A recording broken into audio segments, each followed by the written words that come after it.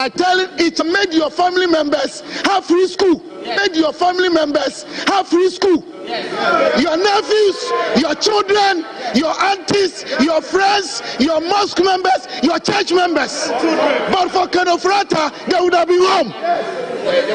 Let us stop these things against either NDC or MPP. Let us maintain our reputations as a house. Let us believe in one fact that we are one people with a common destiny as a country. All these things we must stop. That is what I mean. Yesterday's politics we should forget, because we are destroying each other, and we call ourselves honorable members. We all deserve that. But please, Mr. Speaker, what I'm trying to tell the House is that sometimes, because of politics, we say these things, we think we are joking.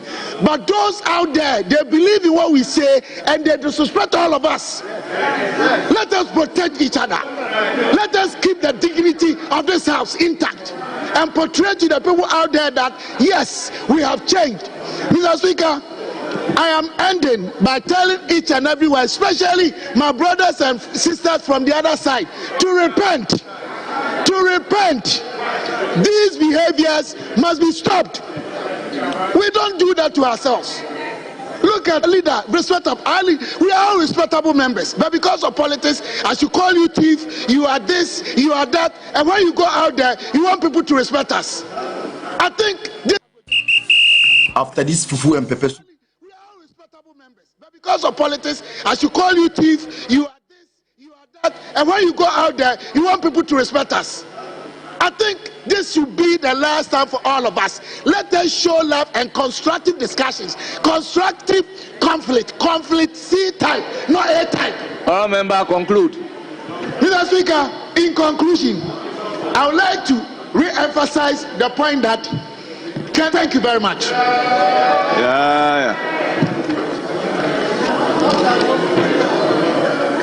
I proceed to give the floor to Kwame Jijoli Gakpe. Thank you, Mr. Speaker, for giving me the opportunity. Mr. Speaker, the Honorable Kenuforiata is not above the law.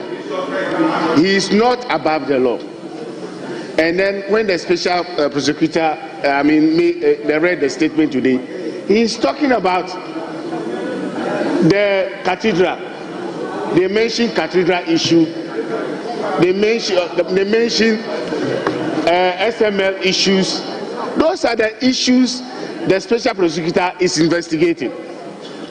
When they call upon Honorable Kenuforiata to avail himself to the authorities to do the needful, he sent lawyers, and the lawyers they want to represent him. Where is Kenuforiata? He's outside this country. We call upon our former finance minister to do the needful and come back to Ghana and do the needful. This is about public money. It's not personal money.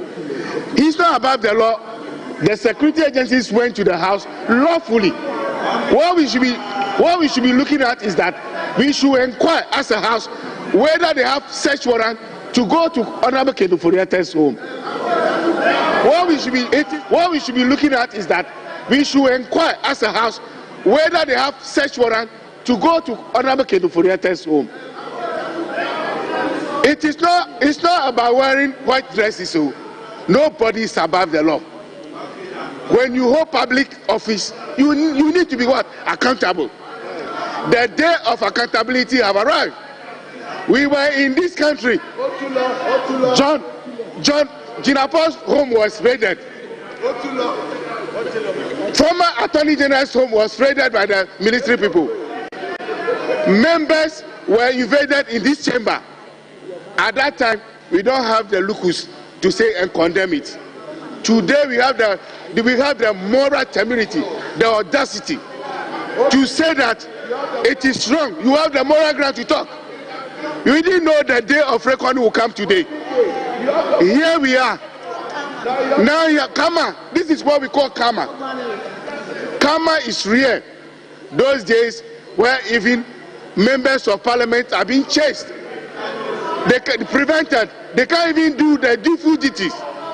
Here we are. So all that I want to say is that Ken Ofori-Atta is not above the law. He should submit himself. He should stop running away. He's out of the country. Please, please, please call upon him to come back to the country. He shouldn't run behind excuse.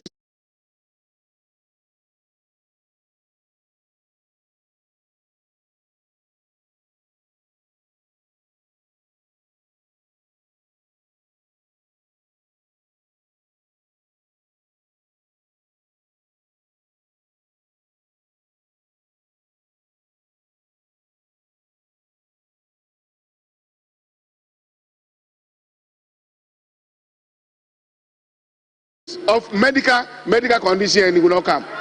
He is fit for purpose, and then we are waiting cautiously, we are waiting patiently for Honorable Ken Ofori-Atta to arrive in this country to submit himself to the authority for the needful to do. Why? What are you running away from? What are you running away from? Cathedral. 58 million Ghana cedis was sunk. Dollars.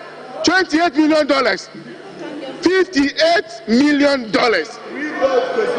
Which can build Kosimiti, can build a lot of roads. It can build Kosimiti. Is it not true? OPK, is it not true? It can build hospitals. It can build markets. He can do a lot of roads. The agenda 111 buildings would have finished. Honorable conclude. And what are we talking about? Honorable Gakwe, conclude. What the SML? Is it not true? Is it not true? Yes. The biggest hole ever Ghana have actually constructed. So nobody is chasing for former minister for him. He is supposed to submit himself. And he is not above the law. Mr. Speaker, on this juncture, he swore an oath to protect the public purse. And now the day of accountability is here.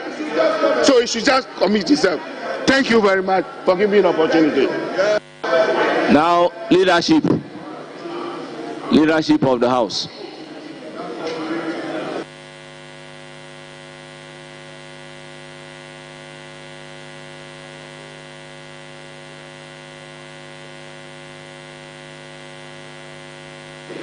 Mr. Speaker, thank you for the opportunity to make my comments on this matter. Mr. Speaker, Honorable Ken Ofori-Atta, a former Minister of Finance and a former presidential envoy, has contributed to nation building. This House, Mr. Speaker, had to wait because he indicated he was unwell and seeking for medical treatment outside.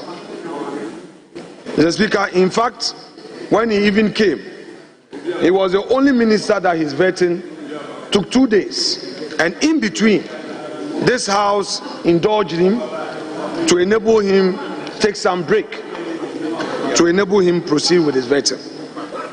Eventually, he left government as a cabinet minister. And, Mr. Speaker, for the records, on the 2nd of January 2025, he wrote to the then Chief of Staff that he needed to travel to Mayo Clinic in Minnesota, USA, for some medical procedure. Mr. Speaker, after President Mahama had taken office,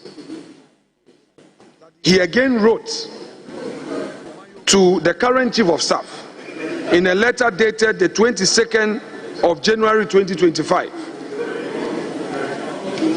indicating that he would again be absent from Ghana for the same purpose. Mr. Speaker, in fact, in the said letter to the Chief of Staff, he attached a letter from the hospital that he was seeking treatment. Mr. Speaker, indeed, the OSP wrote to him on the 24th of January. In fact, this is the first letter that he received from the OSP. Mr. Speaker, in the said letter, Mr. Ken Ofori-Atta instructed his lawyers to respond to let the OSP know that indeed he was out of the jurisdiction seeking medical treatment.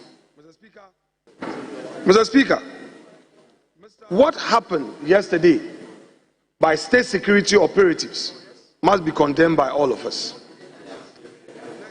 Honorable John Jinapor has narrated his own ordeal, but the records of this House will confirm that when that happened, Right Honorable Speaker Okwe condemned that act. If indeed something had happened yesterday, it does not mean that we should continue today. Mr. Speaker, I have heard human rights activists, respected lawyers for that matter, quote Article 18 of the Constitution to say that that is not applicable in this case. Mr. Speaker, I beg to submit that that was a wrong appreciation of the law. Military men led by Mr. Richard Jakpa unlawfully entered the premises of Mr. Ken Ofori-Atta, searched his rooms. Honorable Minority Leader, the unlawful entry is by your own determination. Mr. Speaker, you know that by virtue of where we sit, we are able to do some background check before we come here. I wouldn't want to mention names, but Mr. Speaker, when inquiry was made, Mr. Speaker, when inquiry was made, it was our democracy is still young. Today it is Ken Ofori-Atta, tomorrow it will be another person. Some of our colleagues should not forget that only yesterday it took the intervention of certain prominent members of our side to ensure that they were not mistreated. We will not mention names. They know. So these should be the voices of reason on this occasion. Some members worked in the night to ensure that people, members of the political class who are members of this House, were not mistreated. Mr. Speaker, let me remind colleagues, today, if you are praising the OSP, let's not forget that not too long ago, we had some of our members at the receiving end by the OSP. Don't let us also forget that even the president himself became a subject matter of OSP investigation. And he was not happy with certain words used by the OSP against him. So don't let us celebrate. Don't let us celebrate because today it is Ken Ofori-Atta. Mr. Speaker, all manner of things are being said that Ken has done this, has done that, has done that. I listened to my colleague from Keta, and I listened to my respected colleague from Bogatanga Central, enumerating what to him amount to offenses. And they also argued again that the man has not been tried, therefore there cannot be any human rights abuse. Mr. Speaker, if you invade somebody's home and raid his home, Article 18 of the Constitution protect that person, except when you are doing so lawfully.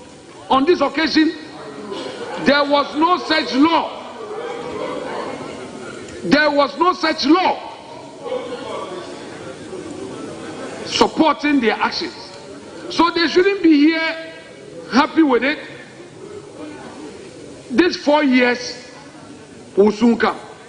No, Mr. Speaker. Honorable member, I think the honorable member's order, that response was in respect of the allegation of breach of natural justice. And you and I are very much aware that natural justice is in two main ways: the Odi Atram pattern and Nemo Judas in Kansaswa. But actually not in respect of the Constitution.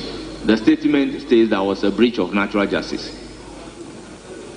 Mr. Speaker, the contention here is that the man's home was raided by state security operatives, rather unlawfully.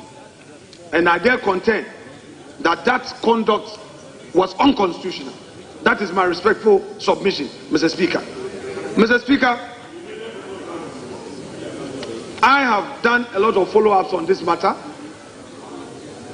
and I regret to say that we are not sending the right signal to our electorate. Mr. Speaker, the man has put the state on notice of his absence from the jurisdiction. He has made available his medical records coming from a respected medical facility. Mr. Speaker, today, I repeat, if our friends think that it is another person, so it is okay, and they are describing Kenoforiata in all manner of forms, let me remind them that none can ever rule this country with perfection. The man, Mr. Speaker, at the risk of being repetitive, Honorable Stephen Amwa was clear in his language of submission that indeed the successful implementation of the free SHS was led by Kenoforiata as a finance minister. He made sure that he rolled out all important policy of government. Mr. Speaker, if you have any issue, follow due process of law. It is not enough for national security to raid his home. It is not enough to carry armed military men to his residence to terrorize his children and by extension his neighbors. Mr. Speaker, we must, as a house, be united with one voice to condemn this act. Today is Kenoforiata. Next will be other appointees. Mr. Speaker, we must not allow this. Mr. Speaker, only yesterday we saw the Attorney General applying to the court with an application we call noli prosequi in law, simply saying that he's discontinuing certain cases. That is within his right as an Attorney General. Mr. Speaker, what signal are we sending to the nation that, oh, if it is NDC and NDC is in power, it is right. If it is MPP and if it's MPP in power, it is right. Mr. Speaker, the political class of this country must rise above this. The political class of this country must rise above this. And I would conclude by saying that if indeed... Honorable member, will you, no, I mean you are looking back, it is you I'm talking to. You are looking back, it is you I'm talking to. Will you listen to the leader in silence? Why?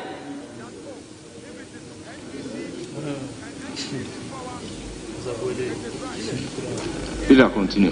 Mr. Speaker, Honorable Member for Keta talked about karma. And I agree with him. I've been reading a lot about karma.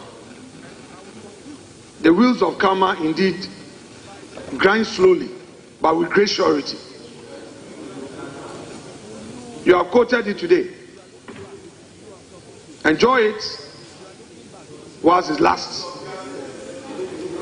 Mr. Speaker, today he says that we are reaping the fruits of a karmic effect of our actions. So it should be so. You have just come into government. You have a lot of projects you want to undertake. You'll be going to PPA. Ministers will be taking decisions. Some will be good, some will be bad.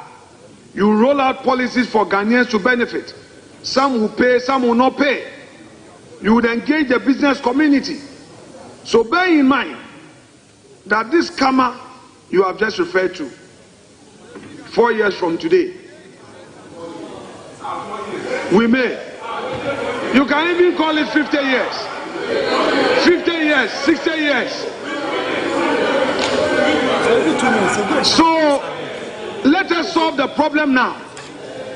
Let us encourage state security agencies with a mandate to investigate and prosecute to follow the law. Let's encourage them to follow the law.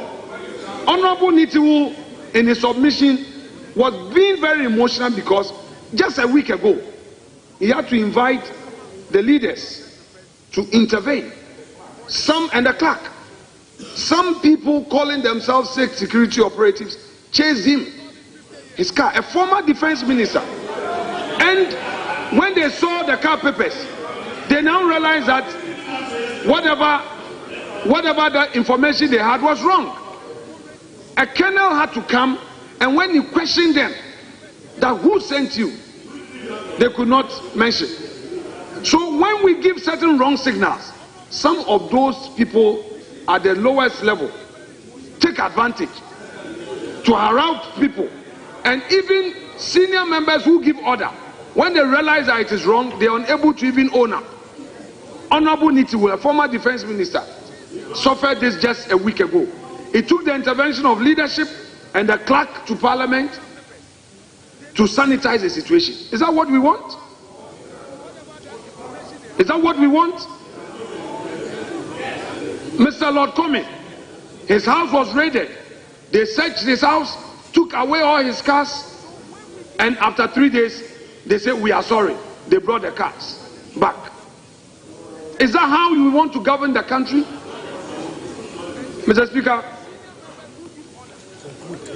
I shall conclude by urging my colleagues to support this call in bringing sanity in the country, so that nobody will take advantage to unleash any violence on anybody. I rest my case. Thank you. Yes, majority leadership.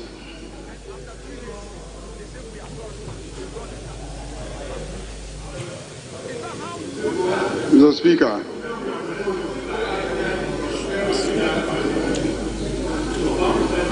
before the statement was made, I had cautioned that this is a statement that definitely will generate commentary that will provoke debate in clear violation of our standing orders, and I caution that it is a statement that will attract comments that will go to perhaps damage the reputation of somebody who is not in this chamber. I cautioned, but my friends on the other side insisted and made a statement.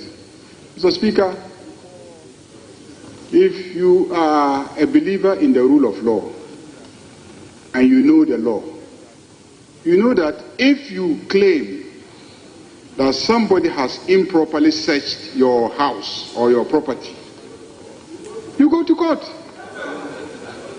You go to court for the courts to declare that your property rights have been violated, that your dignity has been violated, and the courts are there to provide you that service of taking a decision as to whether or not indeed your rights have been violated. In court, the two sides will be there, and they will all be heard. But if you choose to use a political platform like this one, Parliament, to raise matters that, properly speaking, are the business of courts, you will receive political responses. And that is what I see happening here. Mr. Speaker, as for me, what I hear being said here is that there is a certain class called the political class. And that political class must take care of each other. And what I hear being said in this chamber is that taking care of each other means that we should not hold each other accountable. Mr. Speaker, I have always contended that it will be the most dangerous thing that will happen to the democracy of this country if a certain group called the political class are allowed to conspire to protect each other. Because what will happen, Mr. Speaker,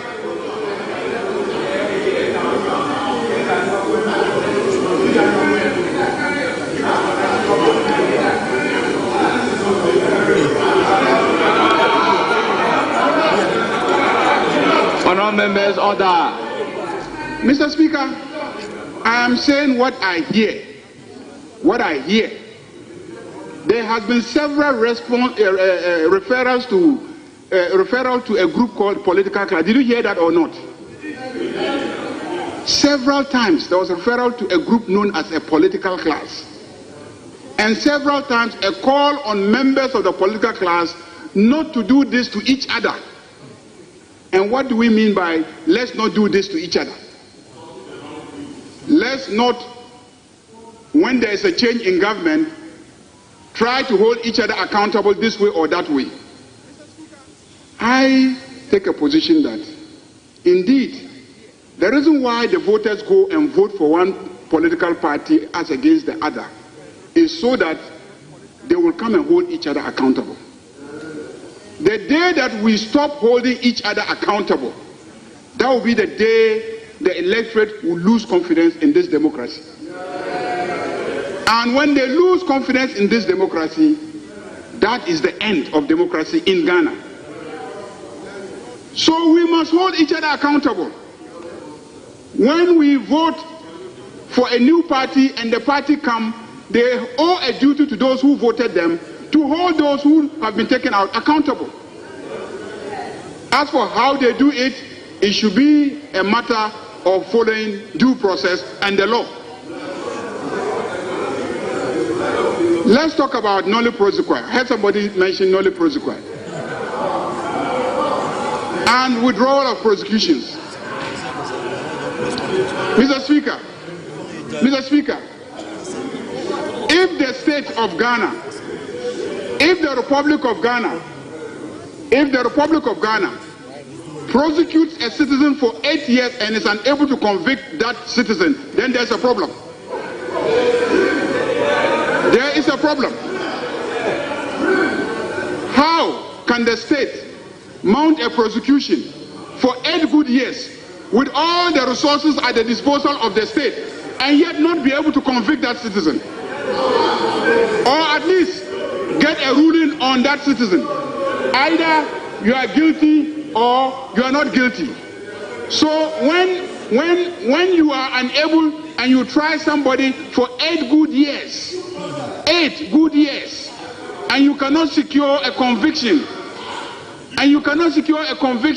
then clearly there's something wrong with the case. And so if another Attorney General comes and is convinced that you don't even have a basis for the prosecution and enters a noli prosequi, that is not a case of clearing people. You had 8 good years to secure a conviction, and 8 years you failed. Clearly there's something wrong, and that is what has manifested itself in a noli prosequi. Mr. Speaker, let me say that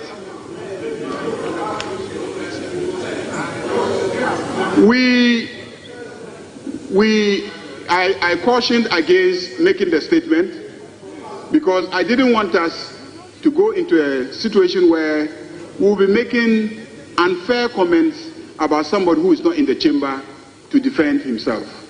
Mr. Speaker, the facts are simple. That military officers, policemen, and national security personnel invaded, entered, searched the private property of the former Minister of Finance. Mr. Speaker, I will not run any commentary on that matter until I have conducted some investigations, ascertain what the facts are, and then I will come and appraise this House of exactly what happened, so that we can be properly informed. If there is anything that we should condemn about what has happened, we can collectively as a House condemn it. I caution you that don't involve commentary that will undermine the image of someone, because I will not be happy if it is done to me, and that is why I objected.